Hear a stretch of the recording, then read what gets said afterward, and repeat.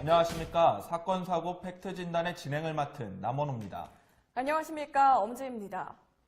저희는 대한민국에서 벌어지는 사건, 사고의 리뷰를 통해 시청자분들께 팩트를 중심으로 내용을 전달해 드리려고 합니다. 네, 저희 프로그램은 우리 주변에서 발생하는 다양한 이슈들의 정치적, 종교적, 주관적 시각을 배제하고 객관적 자료와 사실을 바탕으로 한 정보 전달을 목적으로 하고 있습니다.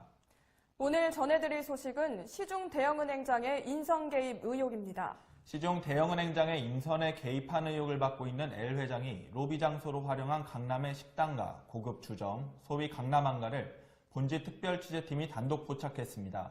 시중 대형은행의 이권과 관련된 사업권을 가진 L 회장은 당시 모 은행 부행장과 금융위원회 간부 등과 회동했다는 의혹을 받고 있는 인물입니다. 이 L 회장은 특히 강남의 한 고급 주점에서 유력 인사들과 자주 어울리며 로비를 벌였다고 하는데요. 이들 가운데는 국내 굴지의 대기업 회장의 셋째 아들도 포함되어 있는 것으로 알려졌습니다. 지금 보고 계시는 사진은 L 회장의 로비가 이루어진 것으로 의심되고 있는 강남의 고급 주점인데요. 이곳은 비싼 술값으로 대중들이 이용하기는 어려운 곳이라고 합니다. L 회장은 이곳을 일주일에 2, 3회씩 한 달에 10여 차례 드나들며 유력 인사들과 어울렸다고 합니다. L 회장이 시중 대형은행의 이권 관련 사업 외에는 별다른 소득이 없는데도 이 같은 호화 술집을 자주 이용한 것을 보면 단순히 그가 사업 목적만을 두고 사람들을 만난 것은 아닐 거라고 짐작되어지는데요. 네, 그래서 국회 차원에서도 이 같은 의혹에 대한 확인을 요청한 적이 있습니다.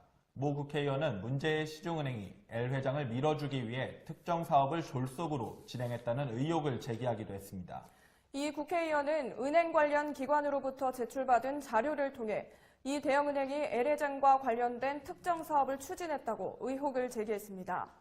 해당 사업에 투입된 금액은 1,000억 원대 후반인 반면 수익은 수십억 원에 불과해 손실이 엄청났다고 질타했는데요. 이때부터 L 회장과 시중 대형은행장들 사이에 커넥션 의혹이 제기됐습니다. 시중 대형은행장 인선의 배후 리스트에 오른 L 회장은 최근 그의 회사를 매각하기 위해 동분서주한 것으로 알려졌습니다. 기업에 정보를 제공하는 한 업체에 따르면 L 회장의 기업은 재무평가에서 82점을 받아 동종업종 기업 순위 20위에 올랐다고 하는데요. 이는 동종업종 평균인 73.5점에 비해 높은 편이고 동종업종 평가기업 약 500여 개 중 상위 4%에 포함되는 점수입니다. 동종업종 상위 10%의 평균 자산은 1,222억, 매출은 1,271억, 영업이익은 61억인데요. L 회장의 회사는 총 자산 216억 원에 137억의 낮은 매출 규모에도 불구하고 영업이익을 기록했다고 합니다.